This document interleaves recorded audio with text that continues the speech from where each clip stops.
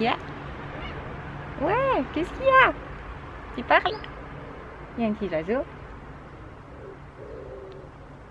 Il y a les loups. Oh oui. Miaou. Oh. Zette, t'es une zette, hein? Ouais, t'es une zette. Oh yeah.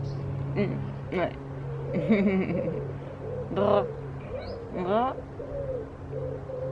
Petit oiseau. Petit oiseau. Ouais.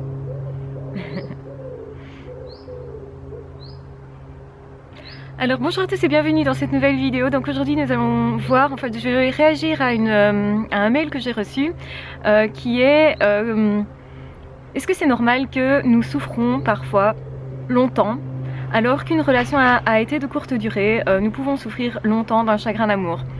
Donc je vais répondre à cette question en nuançant bien entendu. Alors évidemment ça dépend de la nature de notre blessure. Et on a tendance à penser qu'une relation de très courte durée va être plus facile à digérer, ce qui n'est pas toujours vrai, ça dépend de ce qui s'est passé dans cette relation-là. Il ne faut pas oublier aussi que nous avons peu de données sur la personne, et parfois c'est justement très compliqué du coup de pouvoir passer à autre chose parce qu'on ne sait pas analyser ce qui s'est réellement passé, on a moins de données, et parfois aussi on a ce sentiment d'inachevé, ce sentiment d'avoir été un oiseau qui a été arrêté en plein vol, et donc c'est parfois vraiment compliqué à vivre et à assumer, je vais dire. Donc oui, ça peut être plus compliqué, parfois ça peut prendre autant de temps que la relation elle-même, que ce qu'a duré la relation, ce qui paraît aberrant, et en réalité ça ne l'est pas du tout, parce que est-ce qu'on a réellement le droit de juger combien de temps exactement il nous faut pour arriver à nous remettre d'une relation, d'un sentiment, d'une déception, parce que pensons-y, hein, c'est vraiment avoir été déçu de quelque chose, c'est aussi avoir fait en sorte que on doit finalement interrompre le rêve, en tout cas avec cette personne-là. Et oui, c'est un espoir qui est déçu. Et oui, ça prend du temps, ça peut faire mal. Bien entendu, on a le choix de laisser longtemps perdurer cette douleur ou pas, de se réparer plus ou moins vite ou pas, de travailler plus ou moins rapidement sur ce problème ou pas. Donc plus évidemment, on va fermer les yeux, essayer d'enterrer, se dire mais non, je ne devrais pas ressentir ça. Et moi, ça va aller en réalité.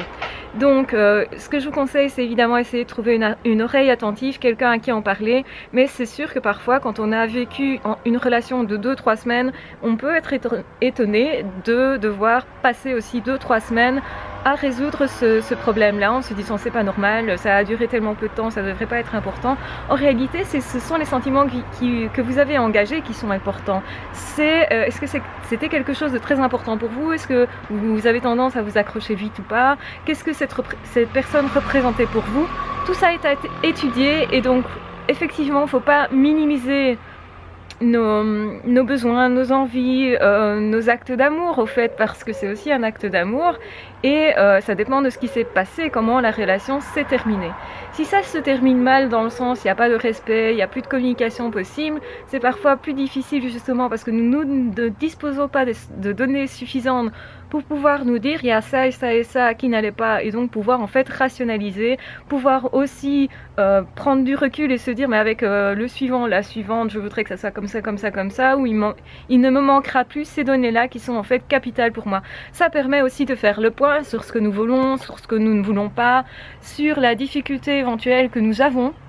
Parfois il y a des personnes qui ont des difficultés à communiquer leurs sentiments, et forcément ça va poser problème. Par contre, il y a d'autres personnes qui vont aller trop vite en besogne. Et est-ce que c'est un problème pour eux ou pas? Est-ce qu'au contraire ils vont chercher quelqu'un qui vont accepter plus facilement qu'ils se mettent tout de suite à nu, ou des personnes qui sont plus comme eux, ou au contraire ils vont se freiner eux dans la suivante relation? Tout ça c'est vous qui choisissez en réalité, il n'y a pas de règle vraiment, chaque couple est fait différemment, et celui qui vous dira moi je sais comment être en couple vous ment en réalité. Il sait comment établir un couple qui est du même ordre que ce qu'il a établi avec sa personnalité, mais ça veut dire qu'un couple c'est deux personnalités différentes, et personne peut vous dire moi je vous garantis que ça va marcher. Personne en fait va pouvoir vous donner de garantie. Bien entendu, on le sait tous, si on ne communique pas, ça ne peut pas marcher, parce que on n'aura pas de possibilité de se mettre en rapport avec l'autre et de regarder ses besoins autant que celui de l'autre. Donc ça ne peut pas fonctionner si on ne prend pas un minimum d'effort, si on ne prend pas un minimum de temps aussi.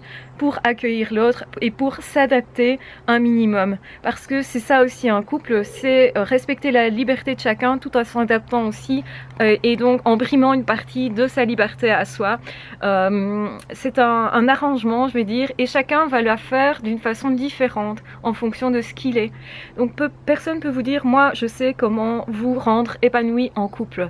Alors évidemment il y a des trucs, hein. Évidemment si vous allez vous accepter mieux vous-même et ne plus être bloqué dans une ancienne déception, forcément vous allez être plus ouvert à l'avenir avec une autre personne et ça va forcément mieux fonctionner parce que vous serez simplement plus dans la relation, tout simplement. Mais personne ne peut vous dire qu'il sait exactement pour vous ce qui vous convient parce qu'on est tous des personnes différentes, particulièrement quand on est zèbre, hein, on a des besoins, des envies qui sont différents de la plupart des normopensants. Donc si un normopensant vous dit « moi je sais comment faire », eh bien ne le croyez pas parce que cette personne, bien que étant sûrement de bonne composition, ne sait pas qui vous êtes, avec tout ce que vous avez de profond, d'intense, ne sait pas nécessairement quels sont vos besoins intimes. On n'a pas tous exactement les mêmes.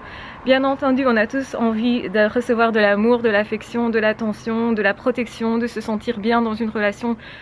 Et on a tous plus ou moins des besoins qui sont identiques mais en proportions différentes. Donc à certains moments nous aurons besoin de certaines choses et à d'autres choses. En fonction de notre âge également, ça peut se modifier en fonction de nos périodes de vie, de nos objectifs de vie. Et je pense que la meilleure façon de passer outre justement une relation qui a pu peut-être mal se terminer, c'est déjà d'essayer de trouver un dialogue avec l'autre. Si c'est pas possible, au moins trouver un dialogue avec soi, se demander pourquoi ça n'a pas été, peut-être que justement il n'y avait pas de respect et que vous allez remarquer que le fait qu'il n'y ait pas eu possibilité de dialogue signale plutôt qu'il n'y avait pas de possibilité de respect avec cette personne-là et qu'au final c'est peut-être mieux alors que ça se soit terminé. On a du mal généralement quand on n'a pas de données à se dire que cette personne n'en valait pas la peine parce que nous on a imaginé autre chose et ça c'est un peu le problème des personnes qui sont hypersensibles, ils s'engagent de façon vraiment très rapide et très intense. Et parfois simplement ce qui peut expliquer la rupture c'est que l'autre a peut-être eu peur ou que l'autre n'était pas clair avec lui-même ou que l'autre était encore amoureux de quelqu'un d'autre. Et ça, vous n'en pouvez rien. Vous n'en pouvez absolument rien.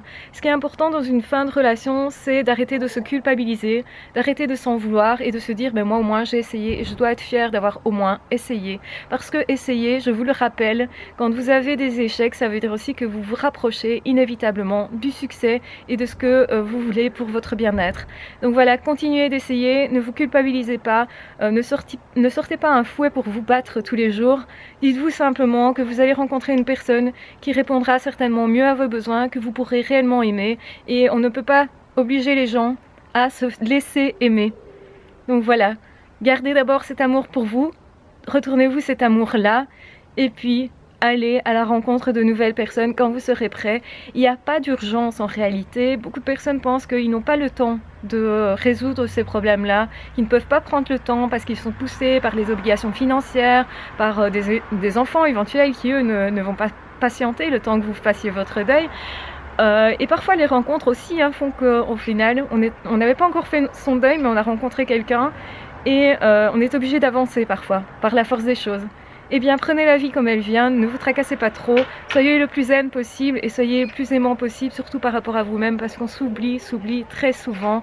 Voilà, je vous embrasse très fort, je vous aime très fort, donc ne vous désespérez pas. Si vous ressentez une blessure, parce que même si ça n'a pas duré longtemps, prenez vraiment la mesure de cette blessure-là, elle a quelque chose à vous dire et elle vous rappellera peut-être d'autres choses que vous n'avez pas digérées du passé. Alors peu importe la durée de la relation, peu importe ce qu'en diront éventuellement les autres vous diront mais attends c'est pas possible, cette fille tu ne la connaissais que depuis 2 semaines, tu peux pas être désemparé comme ça. Eh bien peut-être que si vous pouvez justement, accordez-vous ce droit parce que c'est comme ça que vous allez mieux vous réparer et mieux avancer dans l'avenir en ne traînant pas des casseroles justement, des choses douloureuses que vous aurez laissé dormir et qui au fond vont se réveiller à un moment ou à un autre. Voilà, je vous embrasse très fort, je vous aime très fort, prenez soin de vous et on se retrouve très vite dans d'autres vidéos. À ciao, bye bye.